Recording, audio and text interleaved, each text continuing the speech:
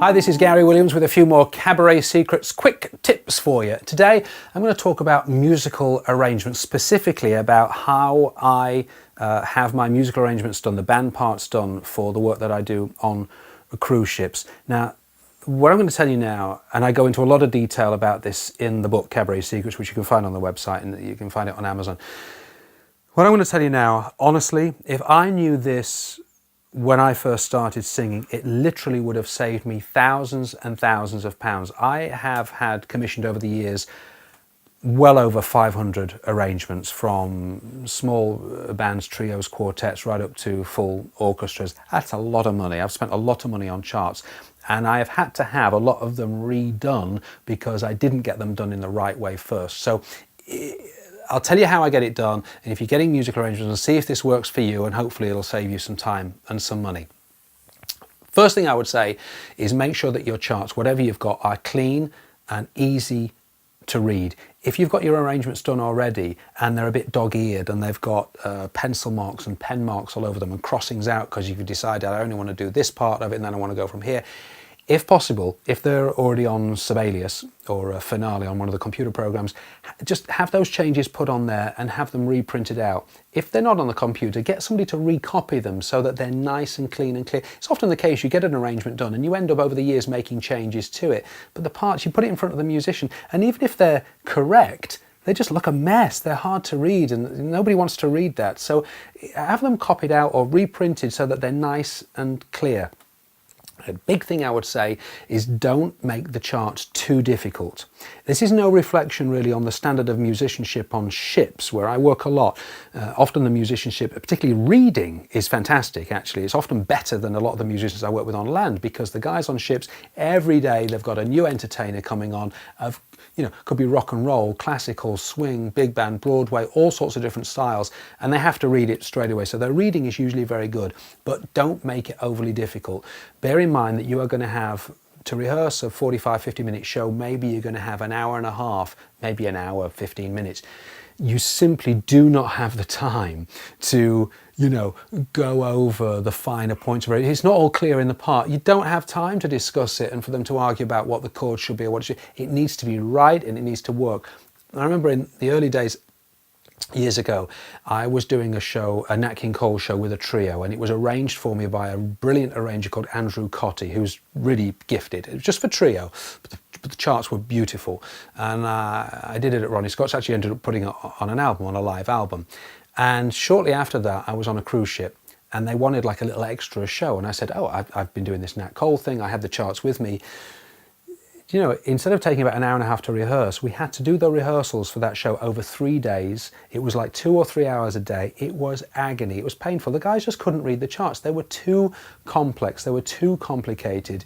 They were beautiful, great to take into a recording studio, or great to use with guys on land that are perhaps used to playing charts just like that, the Ronnie Scott's band, for example. But on a ship where there was no time, it was the wrong choice. I actually had a lot of those charts rewritten in a more simple way so that I could use them on ships and we could rehearse them very quickly. Same with a chart, there's Hello Young Lovers, the Bobby Darin version. It's quite,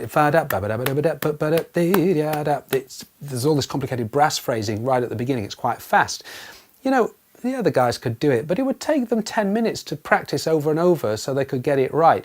We don't have the time. So I had that arrangement sort of made more simple so that we could play it. So don't make it overly hard. And a key part of that as well is tempo changes in songs.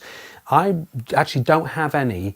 That's not true. I've got one tempo change in a song, in a medley, where it gets slightly faster. But if you're doing a tune where a tune finishes da da da da da da da da da, and then it's da da da da da da da, you're relying on the musical director having that tempo locked in his head. He doesn't have time to refer to a metronome. He's never seen the chart before. He's done a rehearsal with you. He's got to do on the night, and he's got to count off that right tempo from nowhere. It's a really big ask. Even if they're great, it's a really big ask. You're asking for trouble, in my opinion. So if you can, in your medleys, when you have them arranged, don't have dramatic tempo change, unless it's double time or half time, which is easier to do.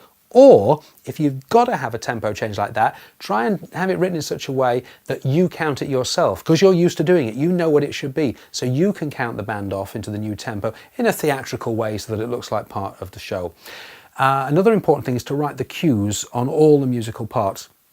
There was a time when it seemed that the musical director was usually the pianist. Nowadays, it's rarely the pianist. It's usually actually a trumpet player, a sax player, maybe the drummer, which means that whereas, let's say on a sax part, you might have an 8-bar rest, there's nothing there.